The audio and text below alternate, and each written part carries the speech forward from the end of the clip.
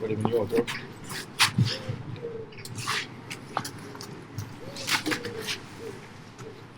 So, I know you as Miles.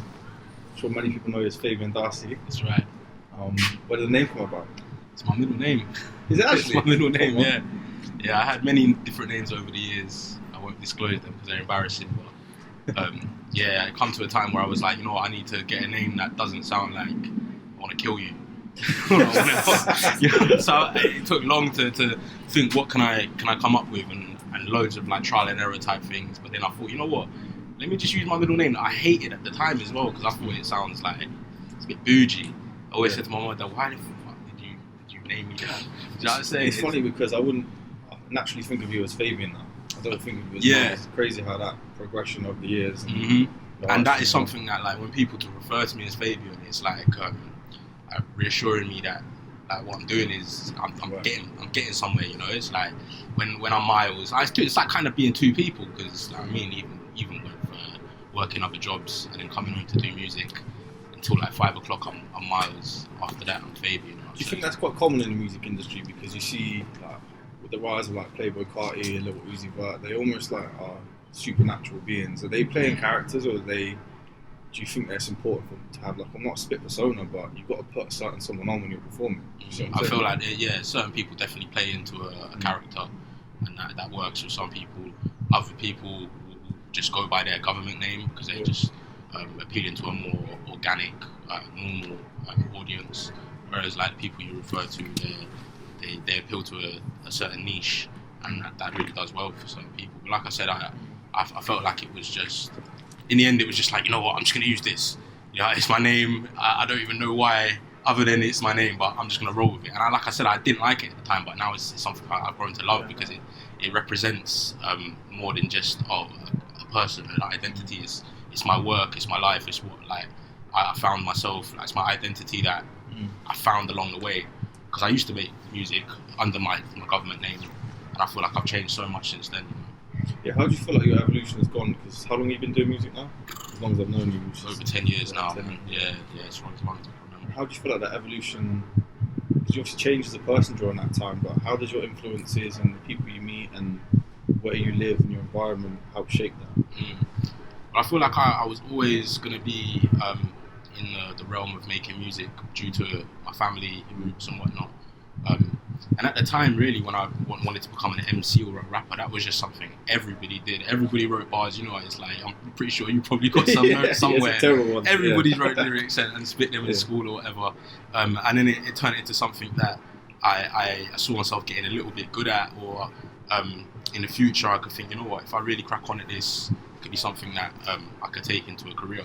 And like I said, when I first started making music, man, I'd make a song by like 3, try and make a little artwork by 4, by 6, 7 it's out. You know what I'm saying? It's not like that anymore, you know. But things have definitely changed, man. So what's changed in the process? And obviously we talked about previously before we were rolling about like marketing and the whole mentality, treating it a bit more like a business. How do you think your mentality's changed from just wanting to push music to now knowing that actually you've got to sit on it, you've got to market it, get the visuals?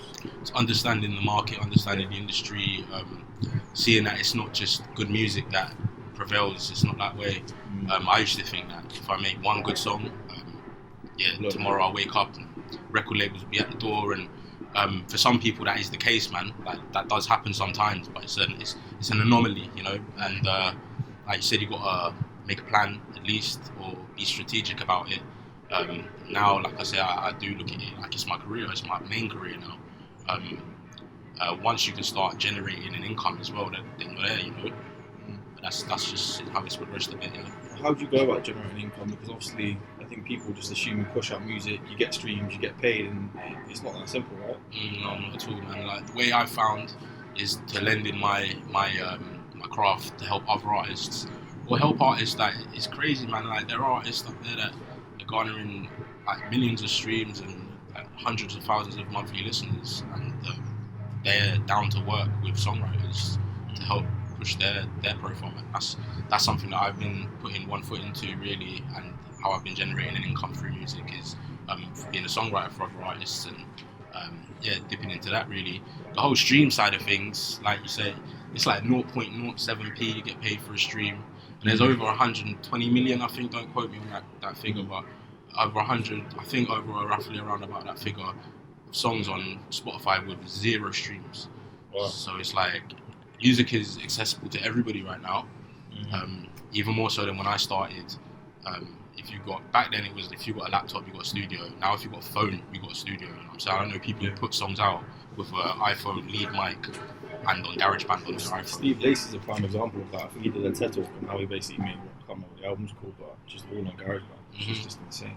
Got the tools, man. Everyone's got the tools. You just got, and a lot of people throw their toys out the pram and say, you know, I haven't got access to funds, or I haven't got access to even a studio or producers. It's like, bro, you're making excuses, man. Like, just stop making excuses, man. Like Elijah, I quote Elijah, close the app, make the thing. You know what I'm saying? Stop making excuses. Stop watching other people and just do it. You know, like there's ways to do it.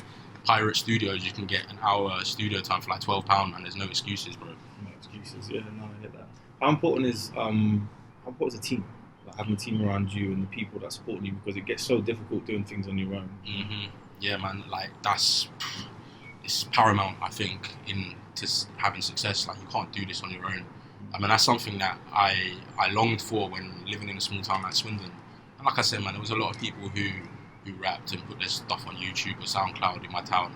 But a few years ago, I'd say about 4 or 5 years ago, I was really looking for people to work with and, not just work with, but become friends and just be with every day, because I feel like you are the company you keep, you know what I'm saying? That's when I found like my friend group and the label Verbal. I'm sure you know everybody, and like I say, man, even just to having people, like, I know that every single one of them, there's 6-7 people who have my socials notifications on, so anytime I post, they're there. First likes I get are my friends, you know what I'm saying? And I think that's so important. Everything is in-house that I do, producing, videography, even down to like artwork. Like, it's all in-house. Everything I do is my friends. People don't realise that now, that you're not just a music artist anymore. You're a graphic designer, you're a content creator, you're having to strategize, you're even a marketer in some ways too. And you're working with a team as a business to try and create, content and help each other and push each other out. Where do you see the future of music going then? We talked about tools earlier, and we've talked personally about AI before.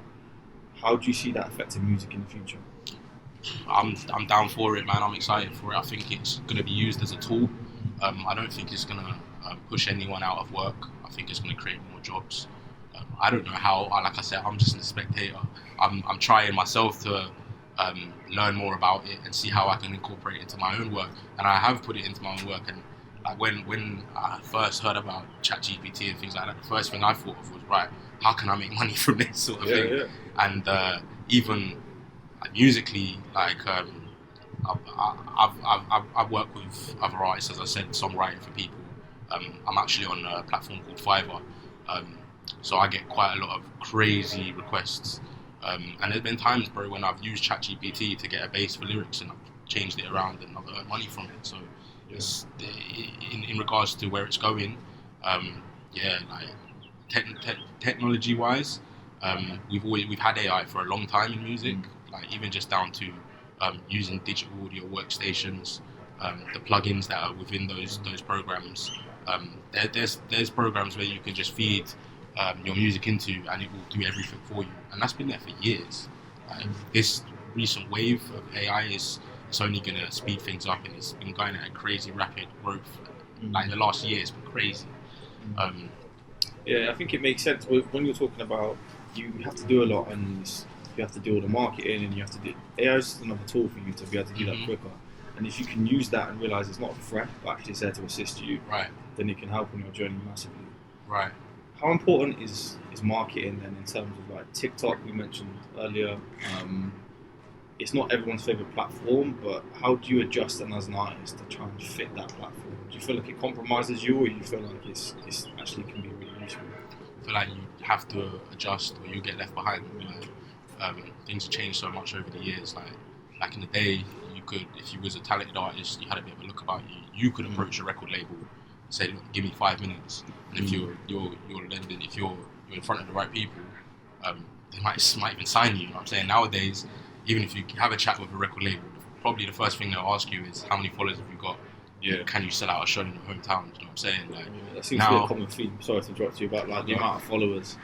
Like I spoke to a TikToker in the last episodes, and he was saying it doesn't matter followers, not even engagement, just how many followers you've got. 5 foot, right? Yeah. Check that out. Yeah, and it doesn't care about the engagement. It doesn't matter. Just if you have loads of followers, you'll get the deals. Mm-hmm. But how important is a deal nowadays? Anyway, like surely independent is a better way. Nah, you don't need no deal, man. Like you can create. You could be a label. You know what I'm saying? Like I said, I call it a label. We're not really a label. You know what I'm saying? We have put music out as a label. But really, it's just a collective of friends who decided to come together to push each other's thing. And like, what is a label? A label is finances and resources, really. Like I said, again, you can create that yourself. It's great to have a label on board, and I'm open to that. It would have to be a good family-based label who they're not just going to suck me. Yeah. And some people think that label equals success, and like, I don't know. Me as a musician, I don't think there is a point where I'm successful, as in like I'm like, yeah, I've done everything I need to do, because as a creative, you never get to that, man. You're just like, all right, you've achieved one thing. What's next, literally? So if it come to it where a label was to offer me something, it would have to be the correct deal. I wouldn't just jump at any amount of money. Like, I know my worth, man. Like, for real. Yeah, it's not just about money, and it's like, again, I think this is kind of like a recurring subject. Is like, if you can do it yourself, you don't need the label. Right. If you've got these tools available to you and you've got the team available to you, then if you can do it yourself, use that to push your music out. Right, and like you said, like with the labels probably ain't gonna want to chat to you unless you've got the following already. And at that point, it's like, well, what do I need you for? You know what I'm saying? It's like, I'm doing it. Yeah. Like, what can you really do for me? And like I said, there are labels out there who can offer that helping hand, and it has to be a family-based thing. Like, you have to. You want me there because of my art and my craft, not because I'm going to make you. You know what I'm saying? Like, yeah, it's a difficult balance because it is a business at the end of the day. And that's how they look at it, how much money you're going to make. So you've been a little bit quiet for the last 2 years, musically. What's up next? What's in the plans? Yeah, man, I've been finding myself. You know, I almost left it, man. I almost thought, you know, it's time to find something else.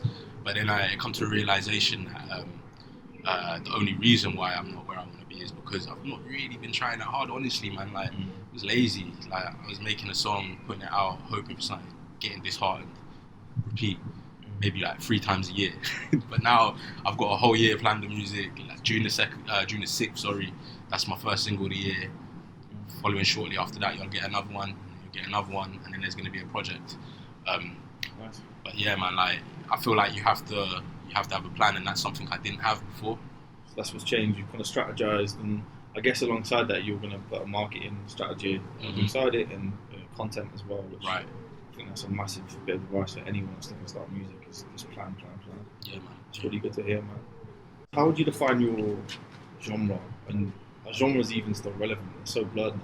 Yeah, man, I couldn't tell you, bro. Like, one thing I used to tell people was freeform, and I don't actually know what that means, but it was a Spotify playlist, editorial playlist that I listened to, and every song on there I was like, yeah, man, I fuck with this, like, freeform. Yeah, that kind of sounds like the kind of music I make, but I couldn't tell you what that's like. Hip hop based, man. My music is like, I'm looking to make you either smile, laugh, or cry. You know what I'm saying? Those are that's what I'm going for. You know, like, I can jump on a drill beat and a grind beat, and I'll go ahead with the best of them, man. Like, but right now, when I feel like, yeah, I'm making what I want to make and it feels natural, it's just happy, upbeat, just being myself, man. You know what I'm saying? Like, how important is it to be versatile? You mentioned you can jump on a drill beat, like, it's 2023. Do you think that you have to be able to do that? We see Drake doing a lot of it, and I use him as a prime example. He goes from passion fruit to, you know, doing drill tracks and link up TV, etc. How important is that as an artist to be versatile? Yeah, no, it is. Like I said, I don't think there is one set blueprint for this thing to be successful. Like, what might work for one person will work for another. Like, if you can create a really strong fan base just making one type of music, like there are artists out there that do that. I feel like it's just, you have to be genuine and organic. Like, the person who like inspired me in that side of things is Lewis Capaldi. Like, when he first came out, like, the reaction was, oh, this is just another like James Arthur type singer. And as soon as you realise his personality and how much of a normal person he is, how a normal person can generate a voice like that and songwriting like that, and it's just like that's what I think attracts people. Is when they can see a bit of themselves in an artist, you know. That's what I feel like. It's not just there's so much music being pushed out there that people gravitate to. That's a valid point. More than like the emotional things, you know. What can I relate to? You know? Yeah, I think relating to someone as a person or trying to make yourself relatable, like fashion's a big thing, personal branding. I think music's a huge influence in people and their image. How do you define then your personal image, and how important is it as an artist to have like a real defined kind of profile and social media and that kind of thing? Do you overthink it, or just keep it quite organic? Like I'm saying right now, that's something I'm still working out. I am trying. I get ideas every day, and I write down little ideas for content, creating ideas and whatnot, TikToks, reels, and stuff like that. And it's something that I'm gonna have to kind of hold my tongue on, because I'm not. That's not what I do. You know, I don't really jump in front of the camera and do stuff. But that's the world we're in right now, so I'm gonna have to get to it. You know, and you will see me doing TikTok dances and all that rubbishness or whatever. I'm sure, and I'm sure some people make fun of it, but I don't care. You know, like. I'm just trying to create something organic, you know. Yeah, 100%. And I think the times have changed. We're not living in a world where dances are seen as stupid anymore. They're seen as normality, and that's quite a hard adjustment. And I think a lot of artists can learn from just don't take it too seriously sometimes. Take it seriously from a business sense, but don't take yourself too seriously when you're making this content. Just push it out there. Don't overthink it, and frequent content is really, really key. In terms of like where you draw inspiration from, is there anyone that you really want to work with? Is there anyone that you look at and be like, that'd be amazing to work with? I really rate that artist. And how would you go about approaching it? Do you know what? Right now, like, I'm sure there's a long list of people that I could say I would want to work with. But right now, honestly, if I'm being honest, I'm just working with my team and myself, and those are the people who inspire me every single day. Like Silla for one instance, that's the person who kind of got me out of my slumber, man, because that's my bro, and me and him have always like pushed each other, and the year he had last year, like that really kind of made me think, you know what, bro, just go for it, man. Like, you got all these creative people around you to help you, and they genuinely want me to win, and I genuinely want them to win. Like I said, man, I'm sure that there's people I'm going to work with in the future, and like, there's loads of people I want to work with. Even like listening to music right now, I only really listen to my own music over and over again, trying to find like faults in it, you know. Good sign for sure. Yeah, that's spot on. So in terms of where you see your music going in the future, of what's your like ultimate dream? Is it to have your own label? Do you have a goal like that? Are you working towards something? You're just taking it year by year, month by month? Bro, like I just want to wake up every day and just make music and just be me and be happy. And like I say, I'm moving towards that right now, man. I just handed in my resignation at work. I ain't saying I'm gonna be financially free, but I'll pay my bills, and that's from music, and like that's something I'm mad proud of, bro. Like, yeah, that's like a part of the dream, man. Yeah, congrats, because people don't realise that it's not an overnight process, and we see too much of it on Instagram, TikTok. You see an artist blow up overnight. Post Malone with White Iverson posted a video, but there's a lot of work that goes into that. There's many, many years behind of refining your sound, your craft, finding your team. Like it's 10 years deep, but then 1 year can change it all for you. So it's really exciting, and I think you're going to smash it. It sounds like next year is going to be, and we'll revisit it in a year or so. But love coming on. Good to see you. Big up, man. Yeah, if you don't already, follow, what's that on socials? Fabien Darcy on everything, Yeah, go follow that. Listen to music on Spotify. Big up. Yeah, that was sick. Yeah, sick, man. Let's go. That was cold. I can't find one thing in that, man. Yeah, that was actually very wicked, man. Yeah, that's it. There's some God to it. But you know what? When you're comfortable with people, nah, that's where it is, though. As soon as you're comfortable with someone that's doing what you're, do you know what I mean? Like, we do some Zooms and stuff like that, but I think even this background. Easy, bro. Big up for the shoot. It was sick, man. I just want to say, I forgot to say this, innit? So maybe you could play this with some B-roll or something like that. I want to shout out Verbal. I want to shout out Young Toro, Silla, Gabriel Waves. Yeah, Press One. I want to shout out my mum. I want to shout out my dad. Yeah. Shout out my girlfriend. Yeah. Fucking big up everyone, innit? I should shout out. If I haven't shouted you out, I should have. Big up you. But yeah, big up Great Minds Podcast.